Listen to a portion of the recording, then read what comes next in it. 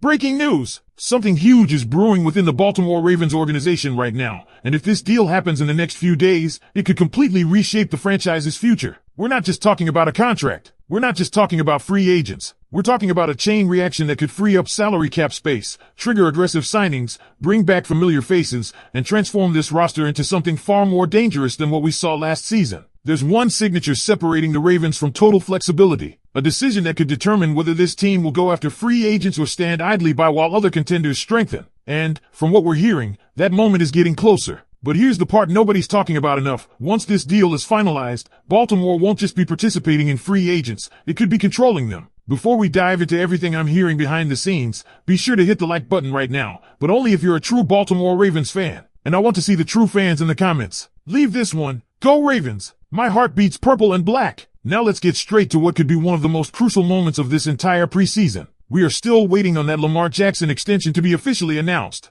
And this isn't just about giving your franchise quarterback a pay raise. This is about unlocking flexibility. Free agency's legal tampering period opens on March 9th. That means the Ravens need clarity before then. Not just for Lamar, but because they also want to extend Tyler Linderbaum. The clock is ticking. The front office cannot afford to let this drag too close to free agency. And here's why this is so important. Bradley Chubb was officially released by the Miami Dolphins. Immediately, speculation started swirling. There were already rumors that the Ravens had interest in him at the trade deadline. In fact, Eric DeCosta confirmed that Baltimore nearly completed a trade for an elite, substantial player at the deadline. We don't know definitively who that player was, but the connection is there. Now here's where it gets even more interesting. Anthony Weaver was Bradley Chubb's defensive coordinator in Miami, and he is now the Ravens' defensive coordinator. That relationship matters. Chubb would not cancel out a compensatory pick either, which makes this financially even more attractive. And let's be honest, the Ravens need help at edge rusher. Yes, there's young talent in Mike Green and Tavius Robinson. Yes, they traded for Draymond Jones mid-season and he played well. But this room still needs reinforcement. Adding a proven veteran like Chubb changes the complexion of that unit immediately. This is the strategy. Fill needs in free agency so you're not desperate in the draft. If the Ravens land an edge rusher in free agency,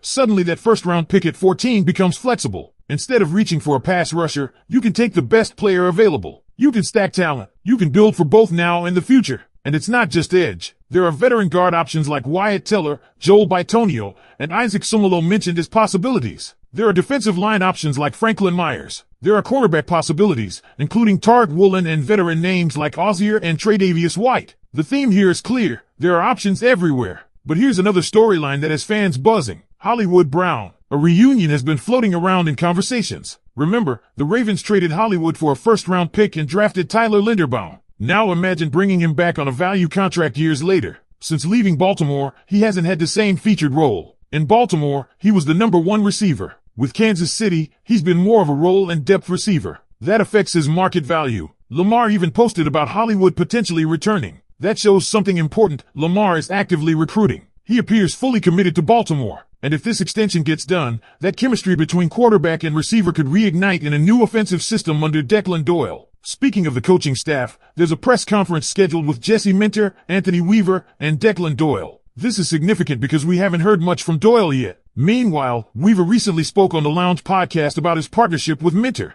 Weaver emphasized something powerful: no egos. Minter will call plays. It's his defense. But Weaver described a collective commitment to winning. And when he talked about the identity of this Ravens defense, he used a phrase that should fire every one of you up. He said opponents should feel like they just went through 60 minutes of hell when they play Baltimore. Violence, physicality, flying around, connected football. That's the vision. Meanwhile, Zachor has landed in Seattle as an inside linebackers coach under Mike McDonald. It may look like a demotion on paper, but it's a learning opportunity. He's still young. This could be a major stepping stone for his career. But all roads still lead back to Lamar Jackson. Everything hinges on that extension. Once it's finalized, the Ravens can calculate their cap space, extend Tyler Linderbaum, and attack free agency with clarity and aggression. Both sides want this done. It shouldn't be as complicated as the last deal. Structure it correctly, maximize the signing bonus, lower the cap hit, and give this roster the financial flexibility it needs. And that's exactly where this entire situation becomes fascinating, because once that Lamar Jackson extension is finalized, the Ravens are no longer reacting,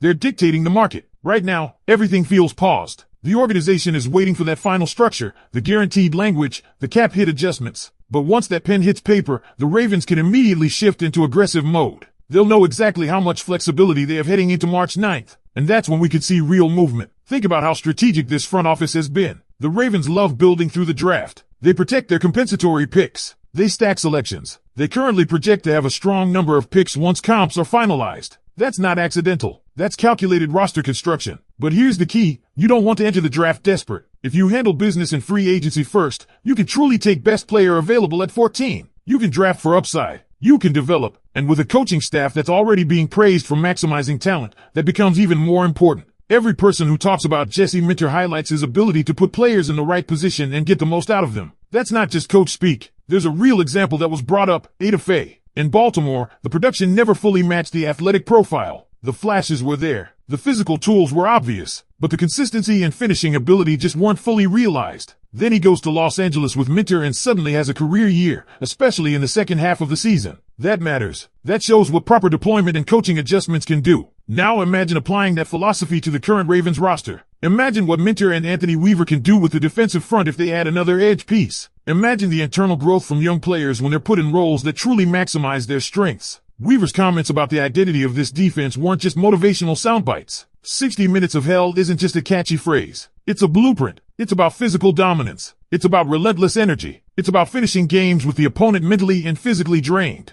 And that mindset only works if the roster is properly constructed. That's why free agency is so important right now. You don't need 10 splash signings. You need targeted reinforcements, a veteran edge, a guard who stabilizes protection, a corner who adds depth and experience. Plug those holes, and suddenly this roster looks balanced. Then there's the Hollywood Brown situation. This one is emotional for fans. There's nostalgia. There's chemistry with Lamar. There's unfinished business. But it only makes sense at the right number. Since leaving Baltimore, he hasn't been the featured option. His production hasn't matched his peak usage here. That lowers the financial risk. And in a Declan Doyle offense, with new concepts and a different structure than what existed before, that reunion could look very different than the first chapter. Meanwhile, the upcoming press conference with Minter, Weaver, and Doyle will give us our first real look at how aligned this coaching staff is. Weaver already emphasized there are no egos. That's critical. Defensive staff unity translates directly to player confidence. If the coaches are synchronized, the players execute faster. And don't overlook the Zach Orr development. His move to Seattle under Mike McDonald isn't just a footnote. It shows the Ravens coaching tree continues to evolve. Baltimore remains a launching pad for defensive minds. That reputation matters when hiring future staff. But let's bring this back to the core issue.